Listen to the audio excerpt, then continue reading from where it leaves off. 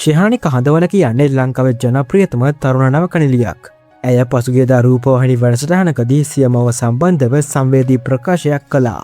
උපුටා ගැනීම. මගේ අම්මගේ තරුණ කාලේ සම්පූර්ණයෙන්ම මම වෙනුවෙන් තමයි වැය කළේ. එයා ගැන ඇත්තටම හිතුවේවත් නෑ.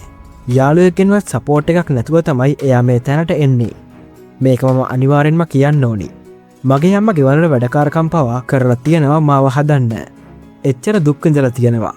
මම හරිම ආඩම්බරයි මගේ අම්මයි මමයි අද මෙතෙන්ට ඇවිත් හරිම ලස්සනට කකුල් දෙකෙන් හිටගෙන ප්‍රේක්ෂකයෝ ඉස්සරහා මේ විදියට hina වෙලා කතා කරන ලැබෙන එක ගැන සහ නිදහසේ හුස්ම ගන්න ලැබෙන එක ගැන. ඒකට මම ස්තුතිවන්ත වෙන්නේ මගේ අම්මට. මොකද එයා හරියට ශක්තිමත් වෙලා ඒ දවස්වල වැඩ කරේ නැත්නම් මම වෙනුවෙන් මම හිතන්නේ නෑ අද මම මෙතන ජීවත් වෙනවා කියලා. සමහර විට මම මැරිලා ඉන්නත් පුළුවන්. එයා තමයි මගේ ජීවිතේ මට හමුණු ලොකුම තෑග්ග. සමහර විට අනාගතයේ මම දරුවෙක් හදන්න පුළුවන්. මට ස්වාමි පුරුෂයෙක් හම්බෙන්න පුළුවන්. නමුත් කවදාවත් ඒ කිසිම කෙනෙක් අංක 1 වෙන්නේ නෑ. මගේ අම්මා ඇරෙන්න. උපුටා ගැනීම අවසන්. මෙවැනි ගොසිප්ස් ඉදිරියටත් බලන්න සබස්ක්‍රයිබ් කර රැඳී සිටින්න අප සමග.